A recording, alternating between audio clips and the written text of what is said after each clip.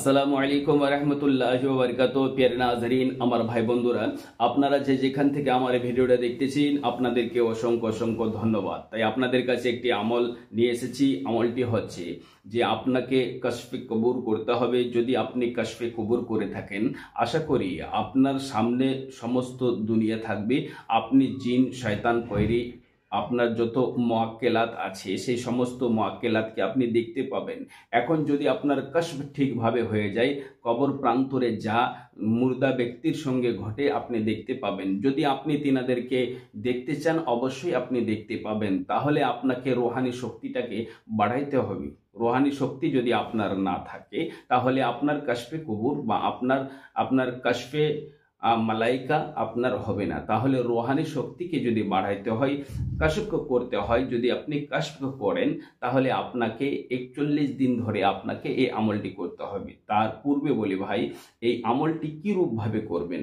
যদি এই আমলটি করেন, আশা করি আপনার একদম সহজে আপনার সে কাশফ হয়ে যাবে, আপনার রোহানি শক্তি বেড়ে যাবে।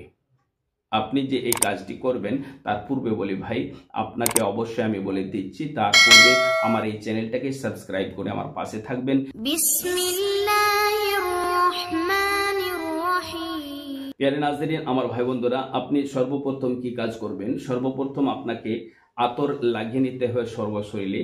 আর আপনি যে জায়গাটাতে আমল করবেন, আপনি যদি আমলটা করেন তাহাজ্জুদের নামাজের পরে, তাহলে বেশি ভালো হয়।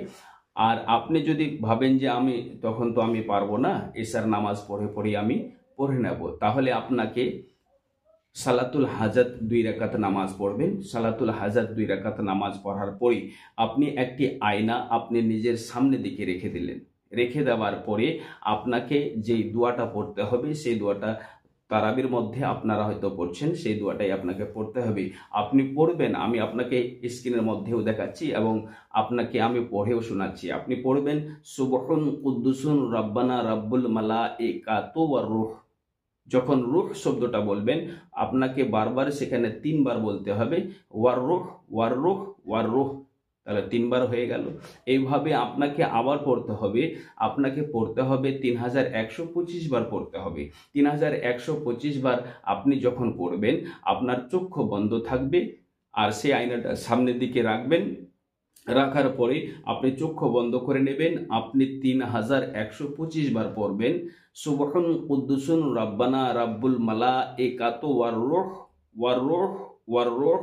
যখন রূহ শব্দটাকে বলবেন, তখন আপনার যেন মাথার যে ধ্যান আছে, আপনি যে স্মরণ, তার স্মরণটা আপনার নিজের দিলের মধ্যে, মানে আত্মার মধ্যে যেন হয়।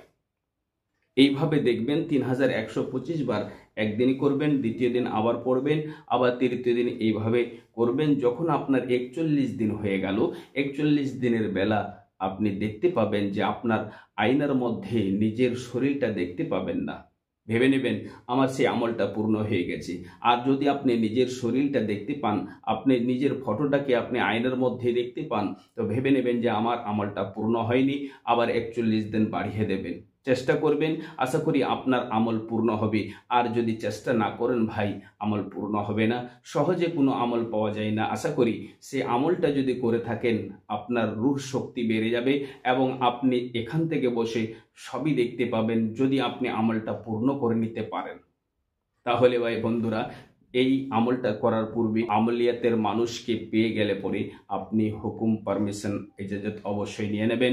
তাহলে আপনি যদি আমার কাছ থেকে ইজাজত নিতে চান, আমার এই স্ক্রিনের মধ্যে একটি মোবাইল নাম্বার দেওয়ানো আছে। এই মোবাইল নম্বরে আপনাকে 10 হোক, 5 হোক, 20 হোক, যত এরকম ইচ্ছা হবে আপনার ইচ্ছা মোতাবেক আপনি এই মাদ্রাসার জন্য তালিবে ইলমকে সঙ্গে করে নিয়ে বছরের শেষে আমি একটা ফাতিয়া দিই, সেই ফাতিয়াতে শরীক হওয়ার জন্য আপনারা অবশ্যই পাঠিয়ে দেবেন এবং আপনাদের জন্য আমি দোয়া করে দেব।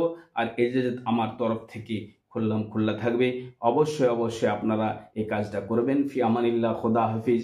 আসসালামু আলাইকুম ওয়া রাহমাতুল্লাহি ওয়া বারাকাতুহু।